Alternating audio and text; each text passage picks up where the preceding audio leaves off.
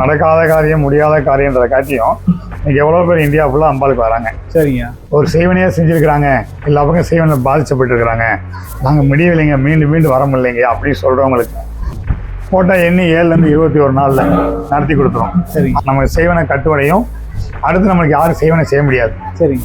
யாரு செஞ்சாலும் திருப்பி போயிடும், அவங்களுக்கே தெரியும் போயிடும். 5 வருஷம் 6 வருஷம் கஷ்டம் இருக்கிறோம், ஒரு 21 நாளைக்கு நிம்மதியாக இருந்தால் நல்ல விஷயம் பிறக்கும்.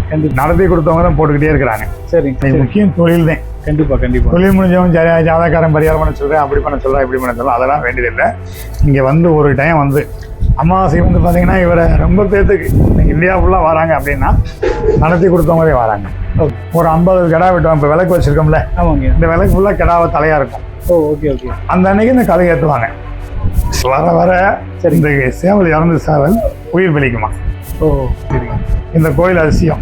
அந்த சேவல் எப்படி அதிசயம் அப்படின்னா, வியாழக்கிழமை ஏற்றுற சேவல் 5 நாள் உயிரோட இருக்குங்கய்யா. சரிங்க. இப்போ வந்து இந்த விஷயத்த நம்ம கேட்கும் பொழுது நம்மளுக்கு வந்து புல்லரிக்கிற மாதிரி இருக்கு.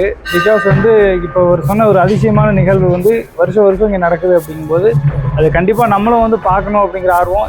வணக்கம் நண்பர்களே, புது இடங்களை தேடி கண்டுபிடிச்சி பயணம் பண்ணி எனக்கு கிடைக்கக்கூடிய அனுபவத்தை உங்களோட ஷேர் பண்ணுறதுல எனக்கு ரொம்ப மகிழ்ச்சி. அப்படி நம்ம கண்டுபிடிச்ச புது இடம் தான் வந்து தேனி மாவட்டம் போடிக்கு பக்கத்தில் இருக்கக்கூடிய விஸ்வாசபுரம் அப்படின்ற ஊரில் இருக்கக்கூடிய இந்த பிரசித்தி பெற்ற பத்ரகாளியம்மன் கோவில்.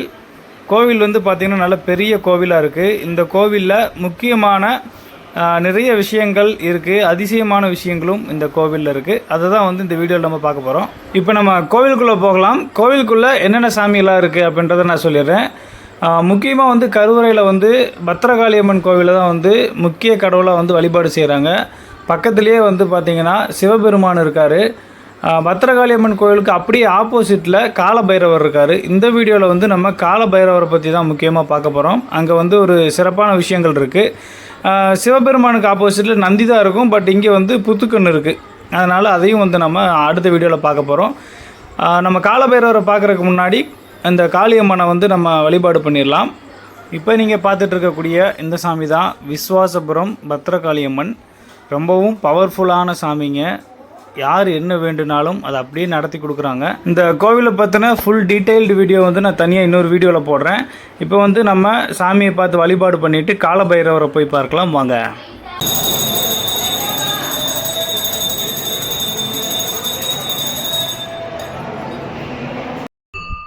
சிவாய நம்ம சிவாய நம்ம என்னை பார்க்க போயிருங்க. நம்ம வணக்கம் தம்பி. வணக்கம் ஐயா.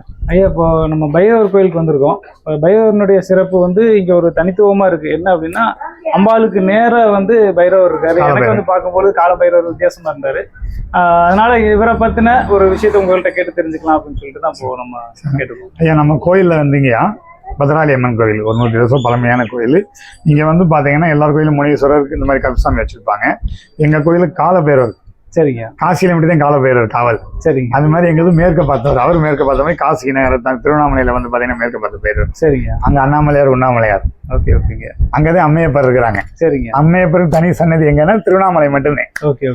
அதே மாதிரி அங்க இருக்க மேற்க பார்த்த பைரவர் இருக்கிறனால அங்க உண்ணாமலையார் இருக்கிறனால இங்க வந்து பாத்தீங்கன்னா காளி கோயிலுக்குள்ள சிவன் கோயில். ஓகே. இங்க சிவன் பேரே அம்மையப்பர் தான். சரிங்க. திருவண்ணாமலை மாதிரி அம்மையப்பர். அதனால இவங்க எல்லாமே அந்த காலத்துல எல்லாம் பார்த்து முன்னோர்கள் பார்த்து செஞ்சு இப்படிலாம் ஒரு விசேஷமா அந்த இடத்துல இருக்கணும், காசு மேல இருக்கணும், திருவண்ணாமலை இருக்கணும் அப்படின்னு மேற்க பார்த்த பேரை வச்சு வழிபாட்டு பண்ணிட்டு இருக்காங்க. அதுக்கப்புறம் அடுத்துக்கிறது நாங்க வரோம், ஒரு வழிபாட பண்றோம். சரிங்க. ஒரு வழிபாட பண்ணி இன்னைக்கு வந்து பாத்தீங்கன்னா நடக்காத காரியம் முடியாத காரியன்றதை காட்டியும் இன்னைக்கு எவ்வளவு பேர் இந்தியா ஃபுல்லா அம்பாளுக்கு வராங்க. சரிங்க. அதுமாதிரி பைரவருக்கு வராங்க. சரிங்க. ஒரு நடக்காத காரியமா பைரவருக்கு வந்து விளக்கு போடுவாங்க. ஒரு செய்வனையா செஞ்சிருக்கிறாங்க, எல்லா பக்கம் செய்வனில் பாதிக்கப்பட்டிருக்கிறாங்க, நாங்கள் முடியவில்லைங்க, மீண்டும் மீண்டும் வர முடியலைங்க அப்படின்னு சொல்கிறவங்களுக்கு, ஒரு செய்வனை ஒரு வியாபாரில் ஒரு கட்டுக்கட்டு இருக்கவங்களுக்குலாம் வந்து இந்த மாதிரி விளக்கு போட சொல்லுவோம். பூசணிக்காய் விளக்கு போட சொல்லுவோம், இல்லாட்டி இந்த மாதிரி விளக்கு போட சொல்லுவோம். சரி.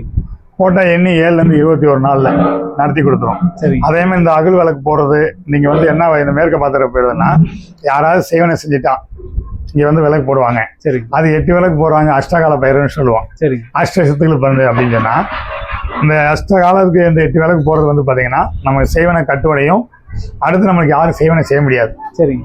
யாரு செஞ்சாலும் திருப்பி போயிடும், அவங்களுக்கே திரும்பி போயிடும். நம்மளுக்கு ஒரு 4 நாள் 5 நாள் நிம்மதியா இருந்தா நல்லா இருக்கும்ல. கண்டிப்பா 5 வருஷம் 6 வருஷம் கஷ்டம் இருக்கிறோம், ஒரு 21 நாளைக்கு நிம்மதியா இருந்தா நல்ல விஷயம் இருக்கும். கண்டிப்பாங்க. அந்த மாதிரி இந்த பைரவர் வந்து விளக்கு போட்டு போனாங்கன்னா எண்ணி 7ல இருந்து 21 நாள்ல நடத்தி கொடுத்தவங்க தான் போட்டுக்கிட்டே இருக்கிறாங்க. சரிங்க. அதுல வந்து ஃபர்ஸ்ட் உங்களை வந்து பார்த்து என்ன பிரச்சனை என்ன விஷயம் சொல்லுவாங்கய்யா, அதுக்கப்புறம் தான் நீங்க சொல்லுவீங்க என்ன பண்ணணும் அப்படின்னு. பெண்பூசியில விளக்கு போறதா, அந்த மாதிரி அகல் விளக்கு போறதா அப்படின்னு சொல்லுவோம். சரிங்க. எவ்வளவு பாதிக்கப்பட்டிருக்காங்க, என்ன பண்ணிருக்காங்க அப்படின்னு. சரிங்க. அதே மாதிரி தொழில் முடிஞ்சவங்க, இன்னைக்கு முக்கியம் தொழில் தான். கண்டிப்பா தொழில் முடிஞ்சவங்க ஜாதகாரன் பரிகாரம் பண்ண சொல்றேன், அப்படி பண்ண சொல்றேன், இப்படி பண்ண சொல்றேன், அதெல்லாம் வேண்டியதில்லை. இங்க வந்து ஒரு டைம் வந்து பால பேருக்கு விளக்கு போட்டு போங்க. சரிங்க. தொழில் நடத்தி கொடுத்த பிறகு சாமிக்கு என்ன வேணும் கேளுங்க. ஐயா, இப்போ ஒரு சின்ன டவுட்டுங்க. இப்போ லோக்கல்ல இருக்கவங்க வந்து வாரமோ இல்லை தினசரி வர முடிஞ்சா கூட வந்துருவாங்க. வெளியூர்ல இருந்து வரக்கூடிய பக்தர்களுக்கு எப்படிங்க? வெள்ளிக்கிழமை இங்க ராகுகால பூஜை நடக்குதுயா சிறப்பா. சரிங்க. ஒவ்வொரு அமாவாசைக்கும் பிரித்திங்கா தேவி ஆக நடக்குது. சரிங்க. எதுக்கு இங்க நாங்க காளி கோயில பிரித்திங்கா தேவி ஆகம் பண்றோம்னா, பிரித்திங்கா தேவி யாரு அப்படின்னா அதரவண காளி. சரிங்க. அதரவண காளிக்கு பாதுகாவலன் கால பேரர். ஓகே. இப்போ அதனால அமாவாசை பூஜை மிளகா கொண்டு பிரம்மாண்டமா யாகம் பூஜை நடத்துறோம். சரி. அமாவாசைக்கு வந்து பாத்தீங்கன்னா எப்படி பாத்தீங்கன்னா பேசிட்டு இருக்கிறோம், அமாவாசை ஃபுல்லா இருக்கும். சரிங்க. அமாவாசை வந்து பாத்தீங்கன்னா இவரை ரொம்ப பேத்துக்கு இந்தியா ஃபுல்லா வராங்க அப்படின்னா நடத்தி கொடுத்தவங்களே வராங்க.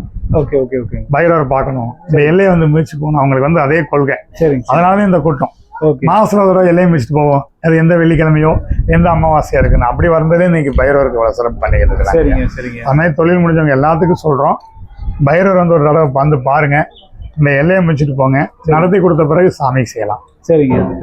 சிவாயணம்.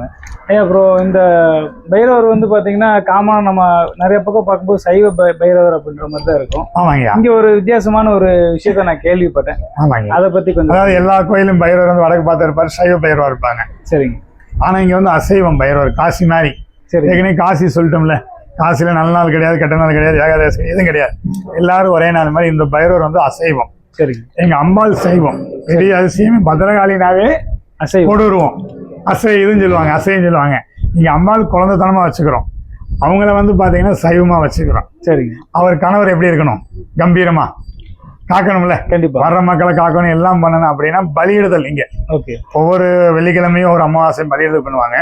இதை காட்டி கோயில் இந்த கால பேருக்கு என்ன அதிசயம், மேற்கு பார்த்த பைரவர் இருக்காரு, என்ன அதிசயம் அப்படின்னா, நம்ம திருவிழாவில் வந்து பாத்தீங்கன்னா ஏப்ரல் மே 1, 2, 3 திருவிழா நடக்கும். சரிங்க. அப்போ வந்து 5 நாள்னா 5 ஒரு வார திருவிழா, ஒரு வாரம் வியாழக்கிழமை இங்கே விசேஷம். சரிங்க. ஒரு 50 கிடா வெட்டுவாங்க. இப்போ விளக்கு வச்சிருக்கோம்ல, இந்த விளக்கு ஃபுல்லாக கிடாவை தலையா இருக்கும். ஓகே. அந்த அன்னைக்கு இந்த கழுகு ஏற்றுவாங்க. சேவல் கழுகு ஏற்றுறது கேள்விப்பட்டிருப்பீங்களே? ஆமாங்க. சேவல் கழுகு ஏற்றுறதுன்னா இப்போ சூலாயத்தில் எலுமிச்சம்பழம் வைப்போம். சரிங்க. இந்த எலுமிச்சம்பழத்துக்கு பிறகு வந்து பார்த்தீங்கன்னா ஒரு 50 கிடா வெட்டியிருப்போம். அன்னைக்கு பூஜைக்கு ஒரு 2000 பேர் 3000 பேர் நிற்பாங்க. உள்ள அன்னைக்கு ஒரே நாள் தான் முட்டைக்கோழி அடிச்சு படையல் போடுவோம். சரிங்க. நாங்கள் படையல் போட்டு வரும்போது இங்கே சேவல் ஏற்றுவோம், ஏற்றி சொருகிடுவோம். உடம்புல ஏற்றிடுவோம், ஏற்றிட்டு சொருகிடுவோம். சரிங்க. சொருகிட்டு வந்து பார்த்தீங்கன்னா உள்ள திரையை திறப்பாங்க, பூஜை பண்ணணும். சரிங்க. பூஜை பண்ணி நான் விபூதி கொடுத்துட்டு வந்துக்கிட்டே இருக்கணும். வர இந்த சேவல் இறந்து சேவல் உயிர் பலிக்குமா.